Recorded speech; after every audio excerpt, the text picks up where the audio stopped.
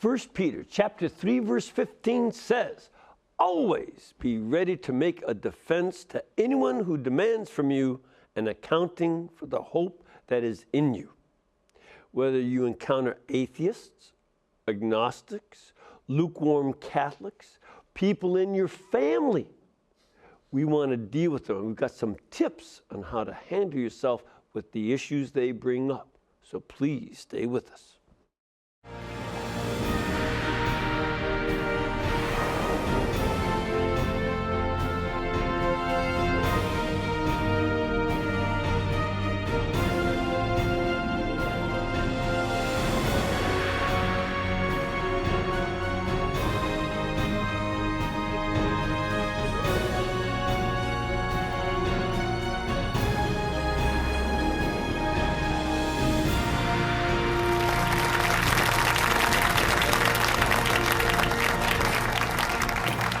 Thank you.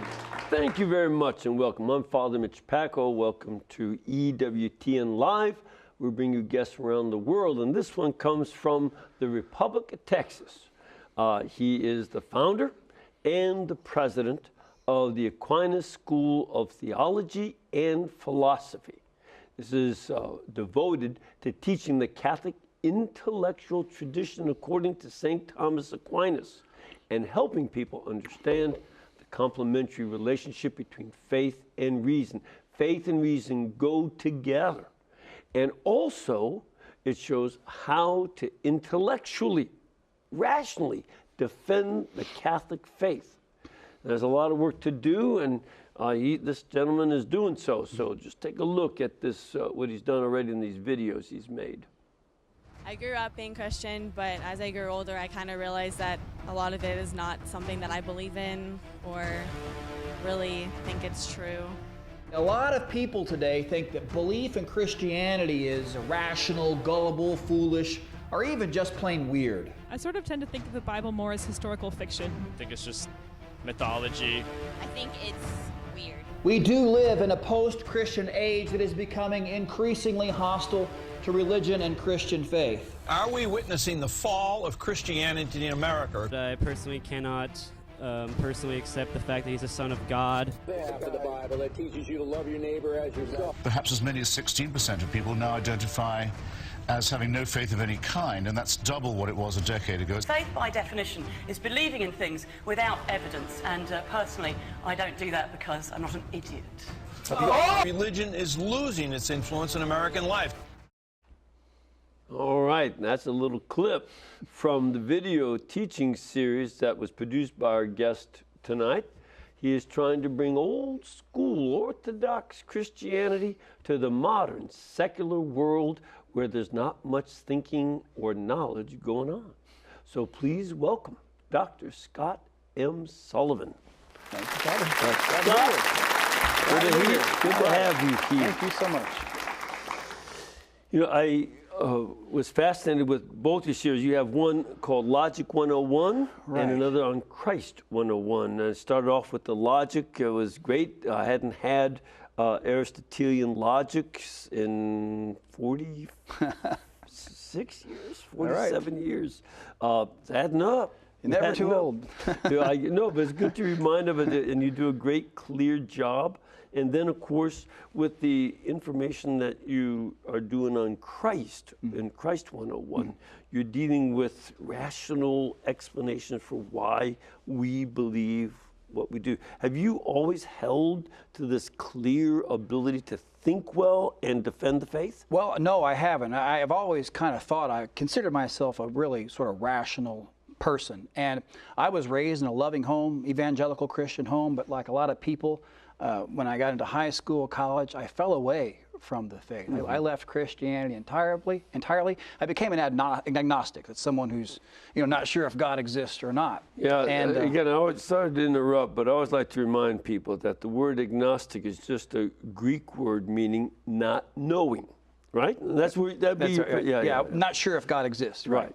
I usually stick with the Latin form of it, which means that people are bragging I'm ignorant, And proud of it. I kind of was that. Yeah. Now, I didn't leave Christianity so much because I was this big, huge sinner, although, of course, I was a sinner. But primarily, it was because of intellectual reasons. I didn't see any good reasons to think that Christianity is true. I had never been given any growing up as an evangelical Christian. I kind of thought it was just a Santa Claus for grown-ups, you know. And so I left, and I stayed that way through high school, college. And then when it came time to graduate college is when things started to change. I was on the 10-year plan, you know, where you keep changing your major around. So I was like 30-something years old. Okay, I got to graduate now. Okay, well, what's gonna? I guess you weren't paying for the tuition. No, though. no, of course not. Right. So, but I felt like I needed to decide what I was going to do with the rest of my life now that I was going to quit being a professional student. And so that kind of brought this question. Okay, well, what's life all about anyway? You see, so this kind of an event of graduating college sparked all these philosophical questions. So I embarked on this study, and eventually, one time I went into a Barnes & Noble bookstore in the religion section of all places, Father. And I know you probably know what the religion section in Barnes & Noble is like. There's all kinds of, you know, crazy things in there. But anyway, by God's grace, I walked up to the shelf and pulled off a book, a blue spine. I opened it up. It was the Handbook of Christian Apologetics by Peter Kraft and Ronald Ticelli. That book changed my life. I had never seen stuff like this before. Philosophical arguments for the existence of God, historical arguments for the divinity of Jesus Christ and the reliability of the Gospels. I was blown away, and I thought, man, if I had been shown this stuff as a child, I never would have left the Christian faith. And so I kind of decided at that point I wanted to make it my life's mission to help other people see the rationality of belief in God, the Christian faith, and so on. So that's why I went on to pursue a study in philosophy and conduct my apostolate now. And you studied the philosophy, especially of St. Thomas Aquinas, which, of course, includes a lot of study of the Greek philosopher Aristotle. Yes. So you learned logic from him and metaphysics from Aristotle, but then St. Thomas kind of finishes that off. Yes. Yeah. Yes. Now, does that help you with some of this work? Oh, St. Thomas Aquinas is tremendous. You know, he's been the most recommended philosopher by the church. Numerous popes throughout the centuries have recommended the study of Aquinas, both in philosophy and theology. And he's just tremendous because what he did in his time was he synthesized all of the great ideas of all the great thinkers prior to him. He kind of stripped them of all their errors and made a cohesive system that's coherent with reason and divine revelation. That's one of the things, too, that's very important. St. Thomas uses logic and philosophy. Yes. But, you know, as I've said many times in these various programs, logic is a great tool. I compare it to a ladder. It takes you step by step in a straight line from point A to point B. But its usefulness depends on where you set it down. What's its basis? And Thomas was very much based in his Christian faith. And if you set your ladder up against a blank wall like atheism as a starting point, then it's going to lead you to a blank wall. 100%. But he opened it up. He set it down to an opening in heavens. If you truly, logic becomes a stairway to heaven. It's a way, if you start off with that basis. But your enterprise is something a little bit different. You're taking some very rational approaches to deal with people who deny the faith or doubt it. Correct. And you help them to see that it's far more logical to believe than not believe. Yes, yes. Does that approach work? Yeah, it's very important, I think, for people to understand today that people don't always refrain from becoming Christian or Catholic because they have some hang-up on some vice. That's obviously one reason, a moral reason, but there are also intellectual obstacles before coming to the faith. St. Augustine had those as well. So they don't become Catholic. He did both. He had both, right. And sometimes the intellectual obstacles can be like a shield to protect this vice that I want to hang on to. But what people need to realize is that a lot of people don't become Catholics because they don't think it's true. They see no good reason to think it's true. And that's where I was. And so I just thought, there has to be a lot of people out there that was in my position, people who would become Catholic if they had good reasons. And so I wanted to do whatever I could to kind of, promulgate all that information to everybody else. What do you see as some of the really good issues with which to begin approaching somebody who does not have faith?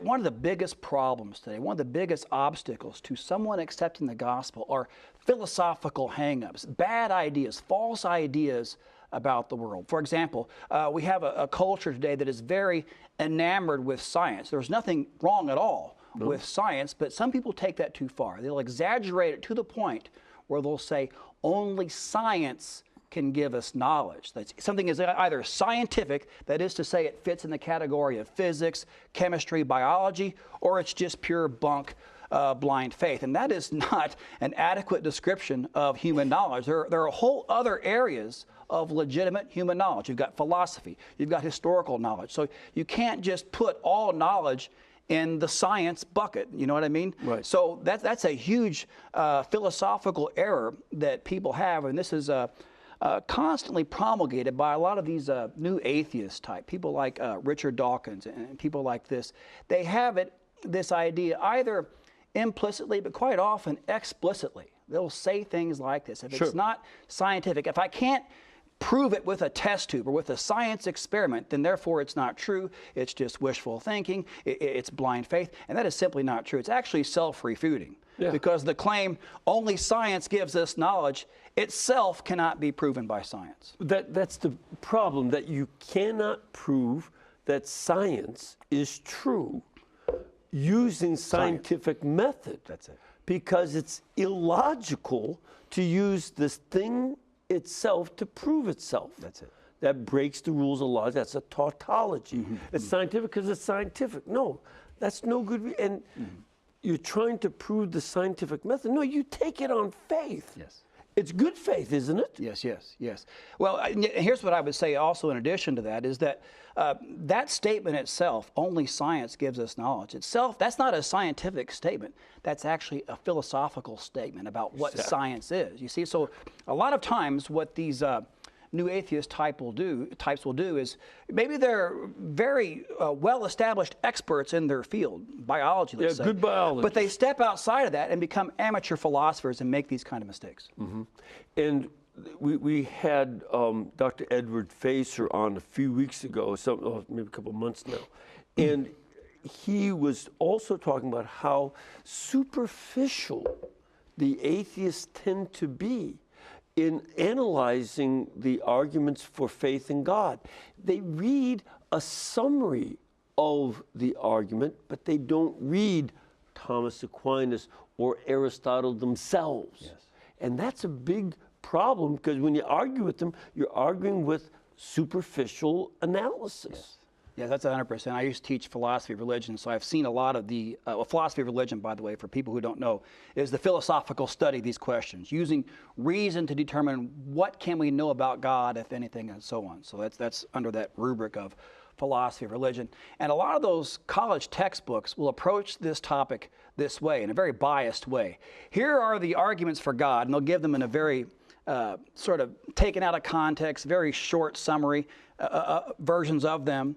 And then here's how David Hume refuted them. Here's how Immanuel Kant refuted them. And let's just move on. That's basically how it's presented. And I think it's very unfair. So when I taught philosophy of religion, of course, we would spend a lot more time on the actual arguments themselves. We would go into those philosophical objections raised by people like David Hume and Immanuel Kant. But then I would also go on and say, well, here's how other philosophers have responded to Hume and Kant. So there's a lot more dialogue going on here. It's not so cut and dry. So I think the mistake that a lot of these textbooks and university teachers make is they treat it very superficially. They set up a straw man to kind of knock down religious belief, and let's just kind of be done with that and move on. That's right. And instead, what you don't have, and what I urge students to do, is read the texts by these philosophers. Read what they actually say, and not read the summaries of them. That's key. And more importantly, I urge the professors to do the same. Read the texts of Aristotle or Thomas Aquinas. Now, given some of the, what are some of the topics that you try to take on in this series called Christ 101? Yeah, so Christ 101 is a course that I made. I spent, probably 3 or 4 years on it. And what that's designed to show is that Christ is a divine being by looking at the different historical evidence surrounding fulfillment of prophecy, the resurrection of Jesus, the reliability of the New Testament, things like this. And well, wasn't the New Testament, though, written so many decades after these? How can they know what happened? They didn't even know Jesus. Isn't that? That's what many of these skeptics say. Yeah. So, of course, we want to tackle all of those objections and many of those misconceptions that are kind of spread out in popular culture through blogs and YouTube videos, things like Jesus never existed, or the Gospels came, centuries after the time of Christ. I mean, it's just absurd things. But people don't know. And a lot of times the university professors who repeat these things, they don't know either. So we make a strong case for Christ in this series. And it's an important one because traditionally Catholic apologetics has had kind of a 3-step structure. A lot of people, when they think of Catholic apologetics, they think about how do we dialogue with Protestants? Where is Mary in the Bible? Where that sort of approach. And that's an important question. Mm-hmm. Those are important questions. However, that's kind of logically speaking, that's the last part. The most fundamental part of Catholic apologetics is the question of the existence of God, the demonstratio religiosa, that philosophy, human reason, apart from the gift of faith, can show that God exists. That's the most foundational issue when it comes to apologetics, because if God doesn't exist, you can forget Catholicism and everything else. That's right. But once we know God exists, we're not quite done yet, because the next logical question is, okay, we know that there's a cause of the universe, a personal cause. That's fine. But the next logical question is, all right, which God is it? Is it the Hindu God? Is it the Muslim God? Is it one of the Nordic gods? You know what I'm saying? So that brings us to step 2 of this traditional Catholic apologetic method, that Christ is that God. This gets into those historical evidences for the divinity of Jesus Christ. And once we know that God exists in philosophy class, and we look at history and see that God has definitively revealed himself in the person of Jesus Christ, then the next logical question is, all right, well, there are a lot of Christian churches out there. Which one of them has the true Christian faith? Which one of those different churches, the First Baptist Church, the Second Baptist Church, whatever, which one of those accurately represents Jesus' true teaching? And that's where we get into step 3 of the Catholic apologetical method, the Demonstratio Catholica, where we show that Christ established one true church, and it still exists today. In terms of this issue that, again, I hear often enough, where people will say, well, Jesus is, an interesting teacher. He has some good stuff to say. We like what he said, but you can't believe that he's God. Yes. I mean, that's the later Christians inventing that. Matter of fact, you have people like, Dan Brown from the Da Vinci Code trying to say that Constantine taught that, whereas in fact, Constantine denied the divinity of Christ. Right.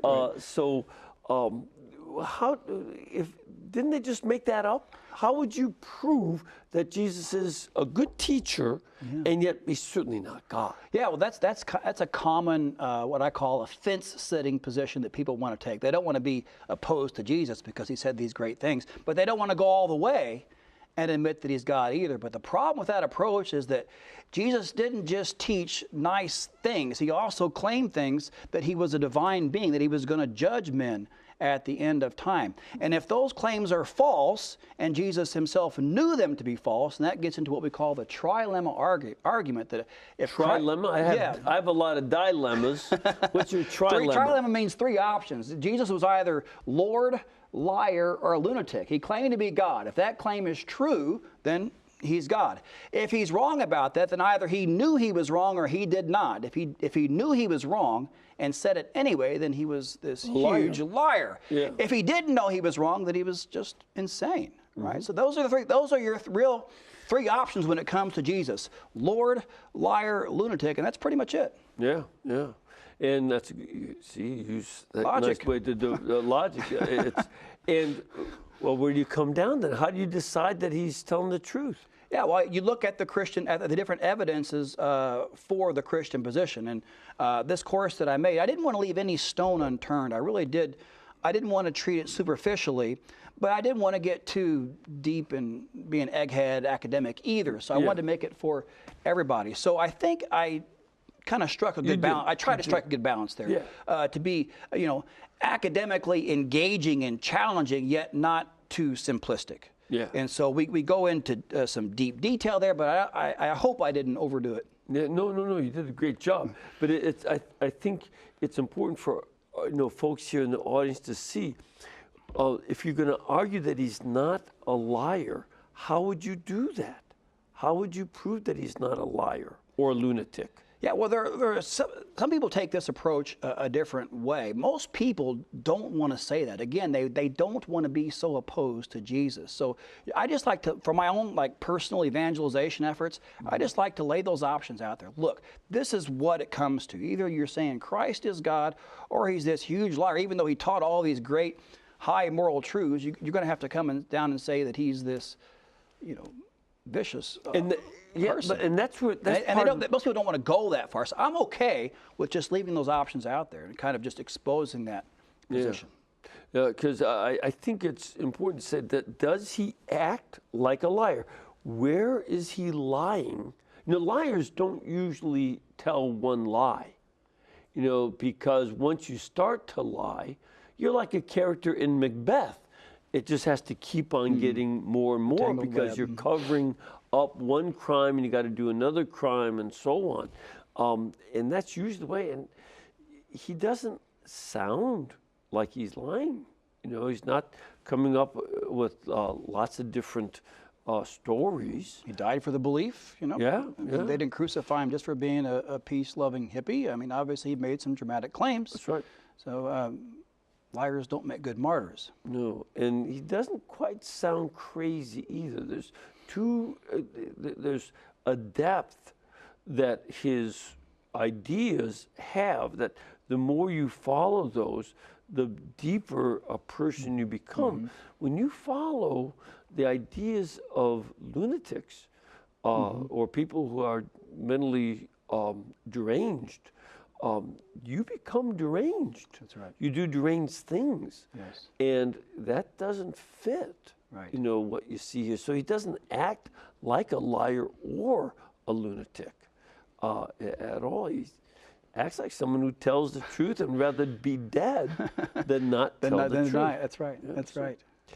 What are some of the other big issues that you need to So that's one course that we made. It's been a very popular one, was the Christ 101 program. I've also produced courses on that first issue, the existence of God question. That was my field of study when I was doing graduate work in philosophy, were these philosophical arguments for the existence of God, because that really does set the stage. Once you can know through reason alone that there is a God that is one immaterial and personal creator and designer and ground of moral obligation, once you know that, then you've really dramatically changed the landscape now for a lot of people, right? You're out of the atheist worldview now, and now you're into a theistic worldview. A world where there is a creator, and that raises that next logical question. Okay, well, has he given me anything else? Has he revealed himself in any particular way? And that leads right into Christianity. So these philosophical arguments for the existence of God, I think, really are a segue. They open the door to Christian apologetics. What would be one of the most common questions you or attempts to trip you up to say, well, you can't prove God exists? Show me something. Yeah. So that's commonly said. That's just asserted. And what I usually do is just lay out one of these traditional arguments for the existence of God. Such as the first cause argument. Are you probably familiar with that one? It's the most common one in the history of philosophy. And it starts with the idea that when we look into the world, we see that there are cause things. That is, things that depend on something else for their that existence. You didn't create yourself. You came from your parents. I depend on things like water and food and warmth. Right. So there are effects in the world, things that depend on other things for their existence. And that's sort of the starting point for this argument. And so people like Aquinas will say, all right, well, could everything be like that? Could it be the case that everything that exists in turn depends on something else for its existence? And after a little philosophical reflection, we can say, no, that's absurd. That's impossible, because if that were the case, then nothing would exist at all. Take, for example, something. Let's just call it thing number one, right? And we ask, why does this thing exist? Well, under this hypothesis, it would be caused by something else, right? Say, thing two.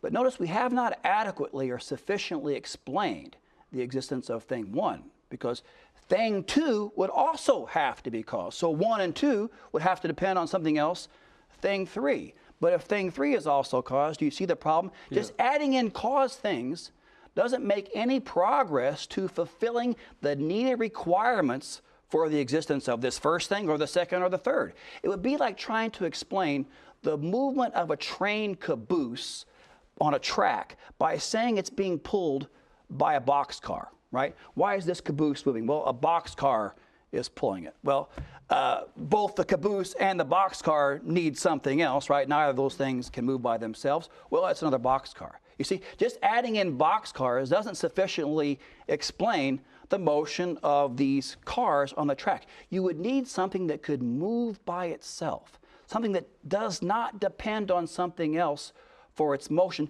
something that would in turn cause the motion of everything else on the track. And in the same way, in reality, you would need the existence of something that exists by itself, a first cause, an uncaused cause that would in turn explain the existence of everything else. And further philosophical argumentation can show that this first cause must be one, immaterial, and personal. And since that's what most people mean by God, that's one way reason can show that God exists. Yeah. And it's ultimately a fairly simple approach, but it's something that even a man as brilliant, who Stephen Hawking, who just died, Hawking just passed away yesterday. Yeah. He just believed that the Big Bang, which is a good theory. The Big Bang is a good theory for the universe exploding and continuing to explain its expansion. But Stephen Hawking said, well, whatever it was that started about the size of, I think he said about the size of a baseball or a golf ball, was the whole universe, but it was extremely dense. It just was. Well, that doesn't make sense, because that changed. That changed. Yes. What made it change? Yes.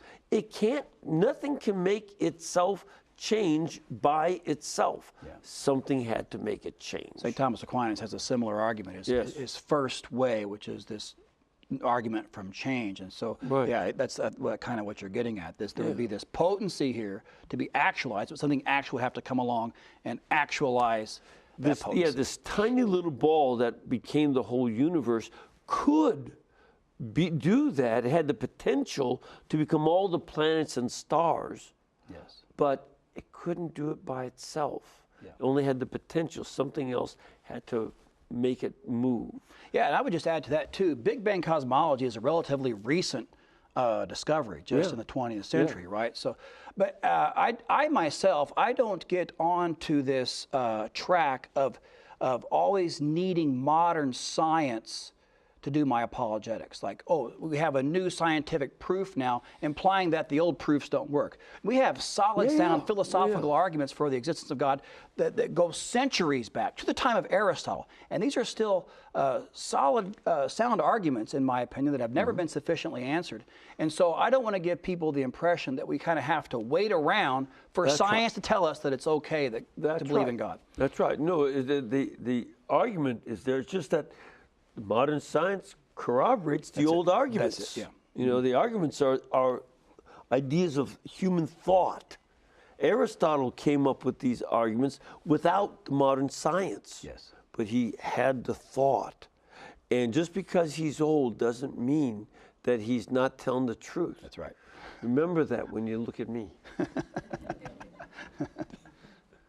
All right, we have to take a break. We're going to come back. We want to get some of your questions. If you have some questions, somebody in your family who's left the faith and says, I don't believe in God and all this, and they tell you why, and you want to ask about that, this is a great time to do so, as well as getting these DVDs. So we'll come back in a couple of minutes with your questions and questions from our studio audience. So please stay with us.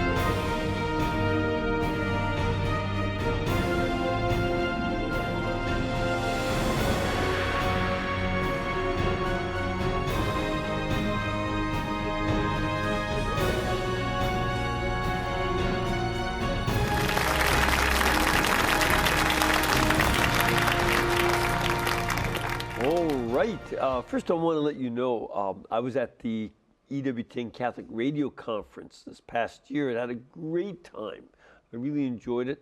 And I also want to let you know that you can watch the highlights from the 2017 EWTN Catholic Radio Conference. It's going to be this weekend. We have this program called EWTN On Location. It's going to air on Saturday, March 17th. So that'll be St. Patrick's Day. But on March 17th at 2 p.m. Eastern Time.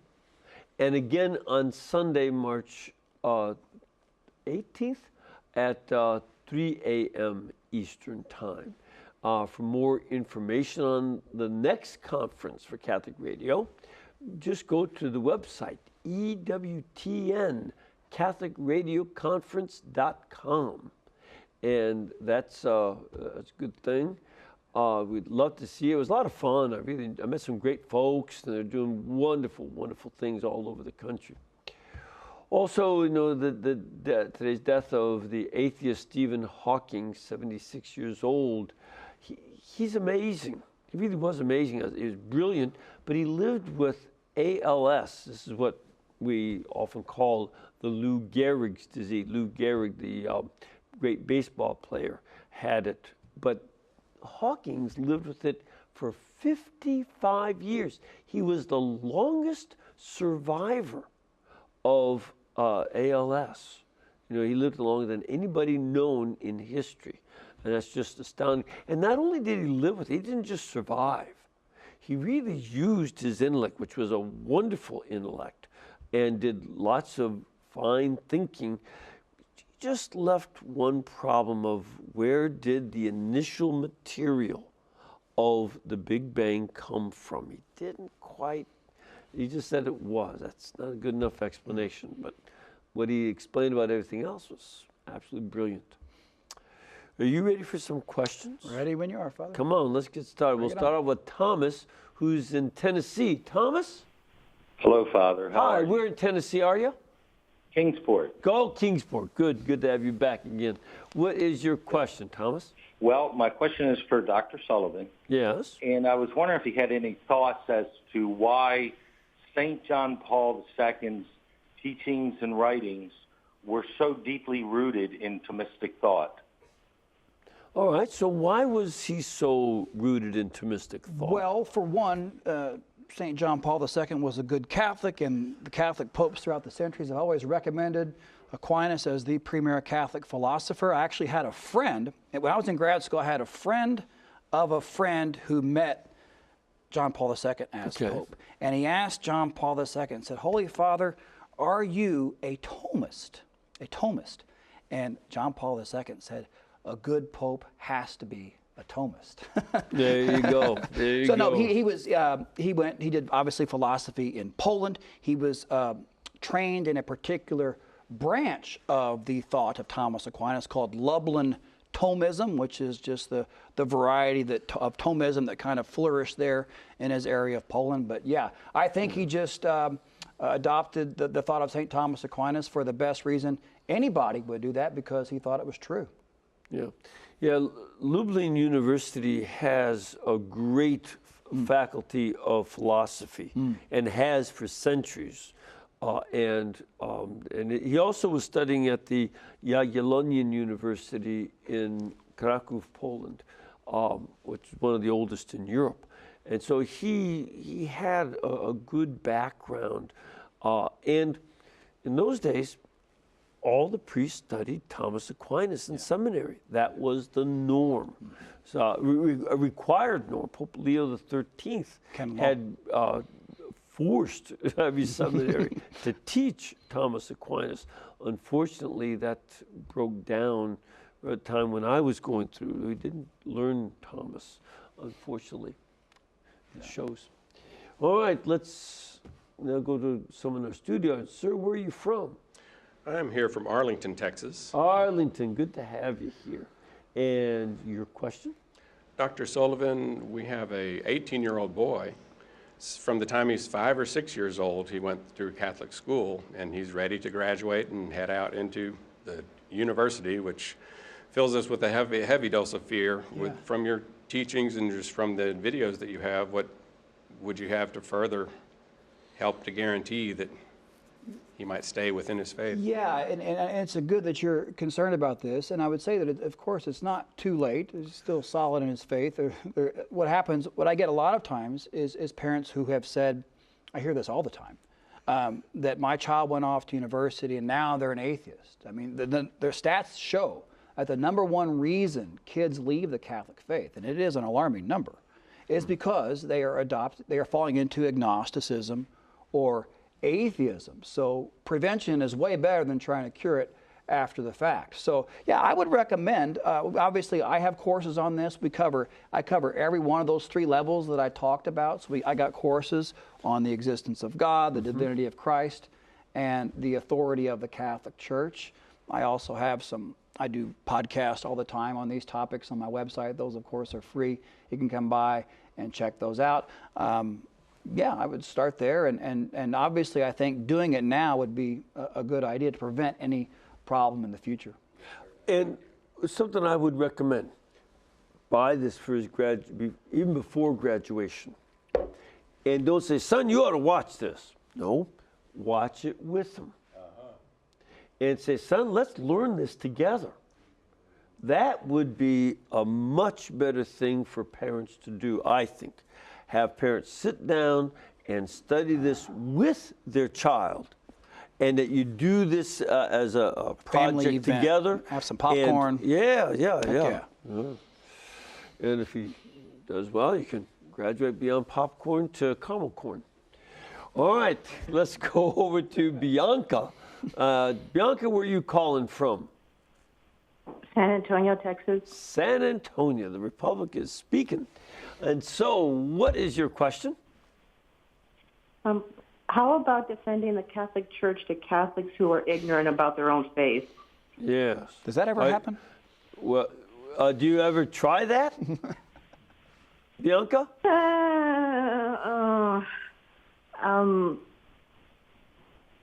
Yes. But it doesn't sound from the sound effects you're giving us here. It sounds like it's going down the drain. Yes, sir. All right, Bianca. Let's see what Dr. Sullivan has here to say about that. Yeah, that's obviously a huge problem nowadays. There are many Catholics who don't know their faith and B, don't really care. So typically that's usually the biggest problem is this apathy. And apathy, you need prayer and fasting to deal with this one. It can be a huge problem. One of the things that I try to do intellectually to deal with an apathetic person, someone who doesn't care about religion, they don't care about the Catholic faith, they just want to go have fun, is try to show how religious questions are ultimately tied into their happiness. And that's actually one of the things I do in this Christ 101 course, is show that a religious issue is not just some abstract thing that you can take it or leave it, that you don't need to think about. Because actually religious questions are intertwined with questions regarding your own happiness, and everybody's concerned about that. Yep. So I always start there. That's a good way to deal with the apathy. And the other thing too, Bianca, obviously I've come across this. Really? Yeah. A couple times? A couple times. And one of the things that it challenged me to do is when I hear these questions, I say, that's not right. But I didn't always know precisely why. And the great thing about being a Catholic is I can go and find out an answer because there is an answer. And every time, I'll never forget, one of the students, I was a grad student at Vanderbilt, and one of the seminary students there, Protestant seminary students, oh, you Catholics didn't believe in the Mass as a sacrifice until the 4th or 5th century. I said, that's not right. And after he said that, he'd walked away. I was sitting at my carrel in the basement of the library, and I looked up and I saw a Protestant book called The History of the Doctrine of the Eucharist. So I went over there and read it.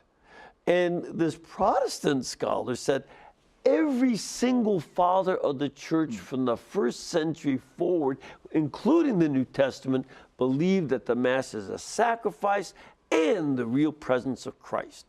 This Protestant scholar was showing that. He didn't necessarily like it, but that's what it was. Sure. And so this is what you do, Bianca. Let that be a challenge for you to learn more about your faith, and there are answers. And then write them down, because they come up again and again. So that's an important thing. All right, ma'am, where are you from? Cape Girardeau, Missouri. Cape Girardeau, that's a nice town. I haven't been there in a long time, but I enjoyed it. The last time I was there, it flooded. Hopefully it's in better shape. Oh, no, we're getting probably, water's going up again. Okay, well, they won't blame me this time anyway. So what is your question? Well, it's kind of the same thing, except we have a family member. He's probably about 10 years younger than I am, so he's older. I grew up Catholic, and he's just very smart, scientific, uses scientific as excuses, but he won't talk to us about the faith anymore or anything that has to do with it.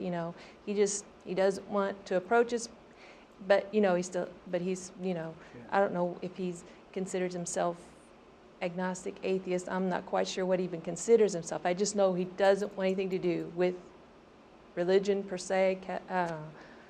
So I was just kind of curious. Well, it sounds like not only does he not want to have anything personally to do with religion and the faith, he also doesn't want to bother talking about it. Would that be?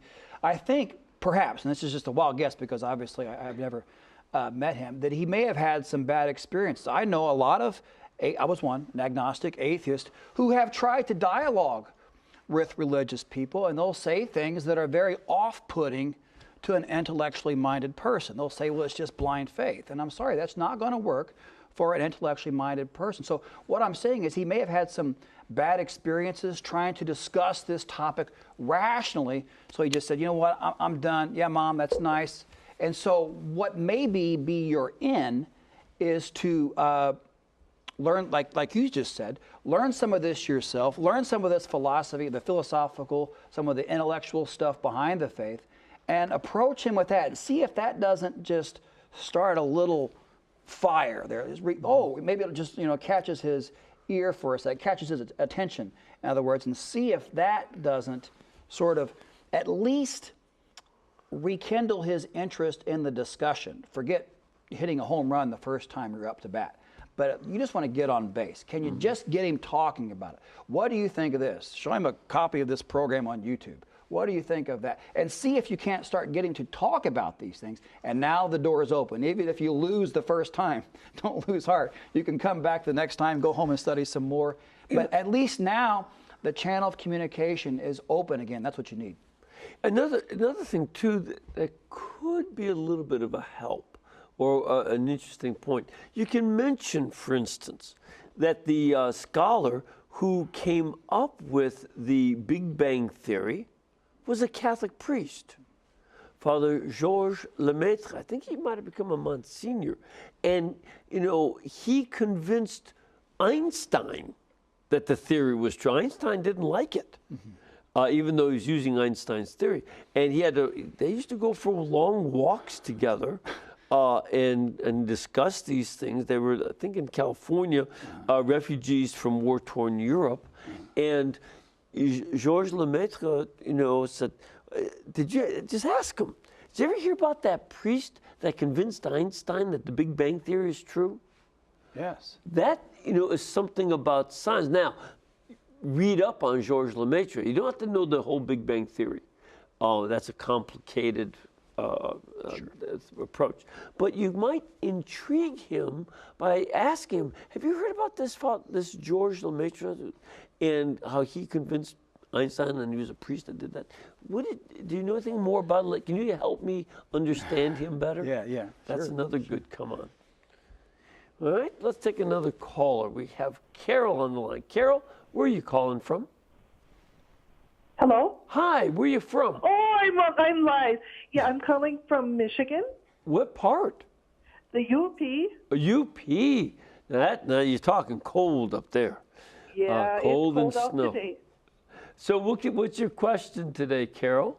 I have a question in regards to Kant and his critiques of Thomas Aquinas. I have a brother who does not believe in natural law like Aquinas did.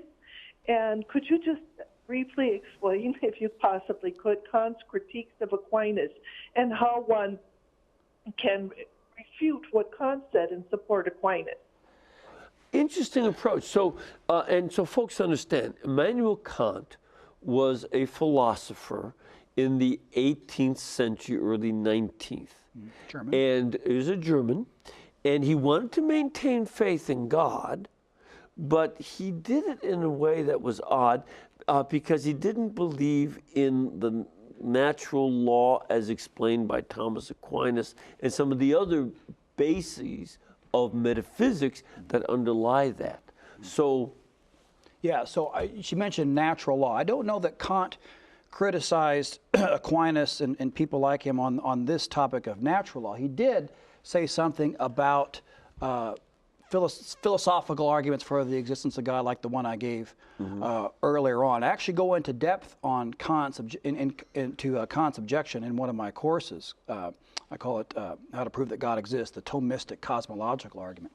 But nevertheless, what Kant said was about this was just plain wrong. It's just not true. He thought that all those first cause type arguments like I gave, notice that I started with a fact in the world. I said that in the world there are things that are caused by other things. So the starting point is the actual world. There's a different kind of argument for the existence of God called the ontological argument that starts with a concept of God.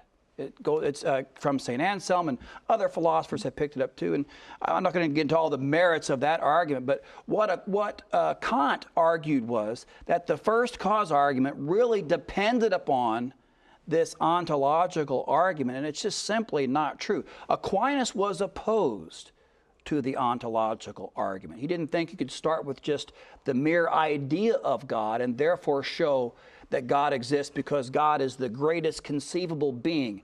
And if you try to imagine the greatest conceivable being and then say that being does not exist, well, then the greatest conceivable being is not the greatest conceivable being. Something else could be one you conceive of that is existing. It's kind of complicated. But Aquinas didn't like that approach. So I think Kant was just wrong in his critique of the first cause argument on this score. I go into some more detail on this topic in my course.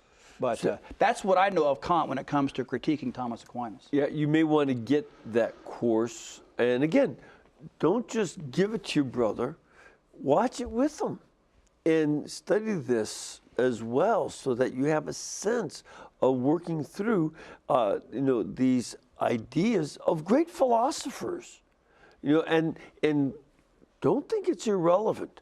The ideas of Immanuel Kant had a huge impact on practically every modern philosopher. Everybody's dealing with him where he kind of wants to be inside his mind. Yes. And everything is in his mind. And whether it's Sigmund Freud or Carl Jung or whether it's other philosophers, the moderns are all dealing with Kant. Yes. And this is an important issue. Is everything in your mind? And you hear that from students. Yeah. Everything's in your mind? Or is it based in the real world around us? And I think part of our postmodern world is a sort of ripple effect, even from people like Kant. Yep. That's what we're living in. Some of the effects we're living into. Philosophy sounds like it's so up in the air. What are you talking about? But it has big effects, even on people like Nietzsche, who had a big effect on people like Adolf Hitler. Or her son. Yeah, well, we'll go to the extreme. But this is very important to see these ideas have big impact on the way Karl Marx thought. Yeah. Big impact. So that's why we study them, because they lead people to dumb ideas that become evil actions, as with Marxism. Let's go over to Lori. Lori, where are you calling from? Bristol, Connecticut. Great, welcome. And your question? Yes. I find that a lot of times I have to evangelize or use apologetics with my own Catholic friends because a lot of my friends believe that the loaves and fishes story was everybody shared their lunches. And I'm sorry. Yes, I know Mother's turning it over in her grave.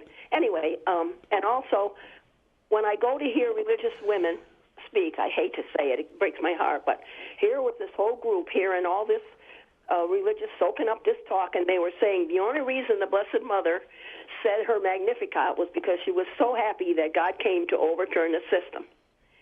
And they try to make her out to a political figure. And Father Mitch, maybe you could explain why we don't hear more preaching about the difference between critical judgment and rash judgment. Because I'm told I'm rash judging. Wait, you're rash judging because of them saying that Our Lady was a revolutionary? I mean, I'm not so sure who is doing the rash judgment here. By the way, let me just give you a little story that I have about, I'll let you take that question about this difference between rash judgment and rationally judging. Okay. But this little story about the loaves and fishes. I told that interpretation to the Bishop of Nazareth in the Holy Land. And he just got upset. He said, Abuna, these people do not know us.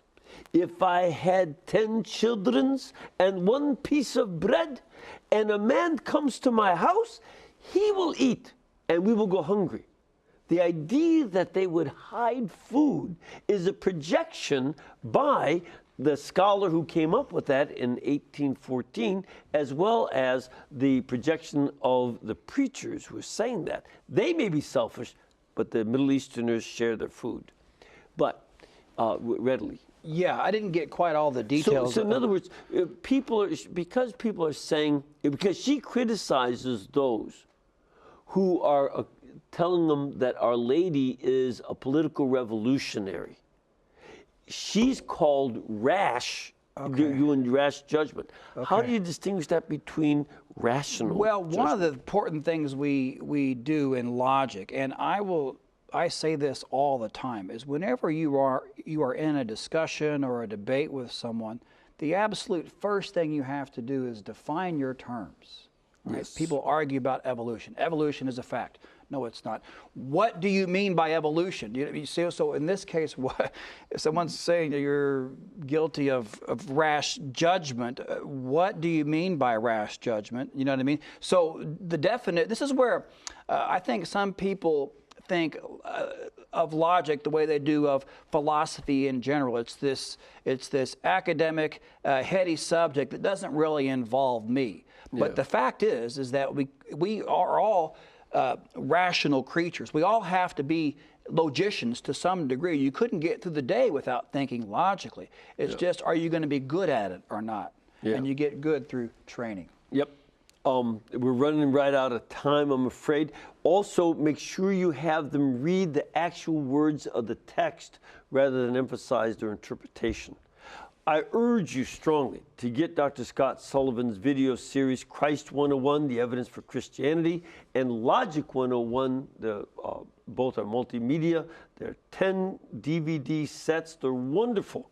I looked at them myself. Go to EWTNRC.com or call our catalog 1-800-854-6316. You'll learn a lot. Thank you, and may the Lord bless all of you, the Father, the Son, and the Holy Spirit. I'm so grateful that Dr. Scott was able to be here with us, but we can do it only because this network is brought to you by you. You make it possible, so keep us in between your gas bill, your electric bill, and your cable bill, and we'll pay our bills too. Thank you.